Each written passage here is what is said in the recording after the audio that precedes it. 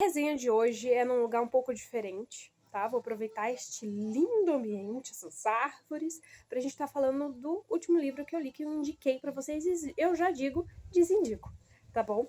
Que é Os Perigos de Fumar na Cama. A escritora é uma escritora argentina, tá? É uma escritora que ganhou um prêmio, vou colocar o nome do prêmio aqui. O nome da escritora é Mariana Enríquez. E aí, a gente aqui aprende o país e aí a sua capital, né? Capital da Argentina, Buenos Aires. Isso aí todo mundo sabe, né? Vou colocar a bandeira aqui, enfim. Vai ser uma resenha muito rápida e muito objetiva, se vale a pena ou não ler esse livro. Bom, a promessa é de que o livro é de terror. Tem história de terror? Eu acho que faltou um pouquinho o terror, sabe? E em vários momentos eu fiquei imaginando que ia vir cenas assim, mais, enfim. Uma ou outra realmente entrega um pouquinho de terror. Mas eu também fiquei me questionando se essas histórias não são histórias comuns em povoados ali na Argentina, em lugares ali na Argentina, porque o livro é dividido em 12 capítulos, 12 histórias. O problema desse livro é que quando você começa a gostar da história, a história acaba.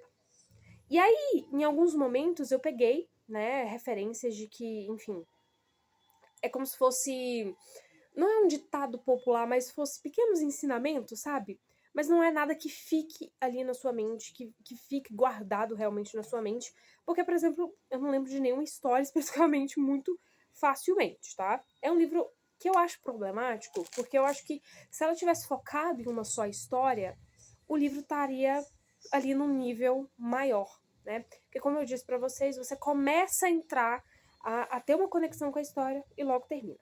Então são 12 histórias ali, algumas bem malucas, inclusive. Eu lembro de uma história que nenhuma marcou fortemente, mas teve uma história que eu achei curiosa, né? Que uma das personagens, ela não conseguia sair de casa, ela tinha alguns traumas, ela não conseguia se envolver socialmente com as pessoas, e aí ela volta para a cidade de onde ela nasceu, e ela descobre que ali com uma bruxa, com uma... Não é bem uma bruxa, mas ela descobre que a tia e a mãe tinha alguns demônios, e aí para poder ter uma vida tranquila teria que passar para uma outra pessoa. Achei a história meio fraca. O nome da história é O Poço. O Desenterro da Anjinha também foi a primeira história, onde a família tinha enterrado um corpo ali, e aí uma das crianças encontra, e aí esse espírito dessa anjinha fica vagando e fica perturbando as pessoas. São várias histórias. Como eu disse pra vocês, o problema é que nenhuma você consegue aprofundar muito, e aí acaba se tornando um livro problemático. E aí tem o capítulo Os Perigos de Fumar na Cama, que é uma mulher que não saía e ela fumava na cama, e ela acabou morrendo por causa disso. Nada muito interessante. Eu acho que a única história, inclusive, que falam ali, trazem uma menção, é a última história, tá? Que tem a ver com um momento histórico, digamos assim, tá? Inclusive, lá no finalzinho, eles colocam que é o último capítulo, que é quando falamos com os mortos. E aí, no finalzinho, tem ali explicando que tem a ver com a guerra. Não é com a guerra.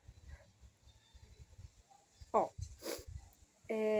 obra que resume o trabalho da Comissão Nacional sobre Desaparecimento de Pessoas, né?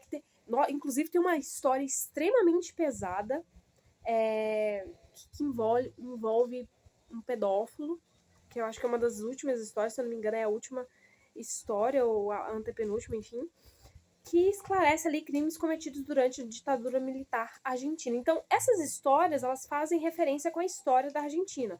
Como a gente não conhece muito bem, a gente fica meio perdido, tá?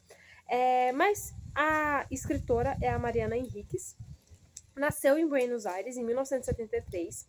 É uma jornalista e subdiretora do suplemento Radar do jornal, além de professora. Escreveu novelas, relatos de viagens e biografias. Vale a pena ler esse livro? Não muito. Eu criei uma expectativa esperando o terror, como eu disse pra vocês. Deveria ter menos histórias, né? Mas ela ganhou um prêmio, o prêmio Herald de novela e o prêmio de La Crítica em 2019. Mas, como eu disse, o livro entrega muito pouco. É um livro que talvez você consiga se entreter um pouquinho, né? Porque são várias histórias, você fica querendo saber o desfecho, mas o desfecho também não são lá grandes coisas, né?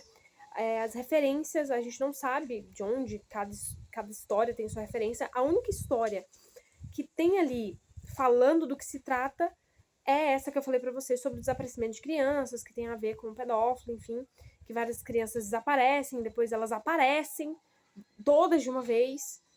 Mas enfim, eu acho que ficou faltando um pouquinho. A resenha basicamente é isso, tá?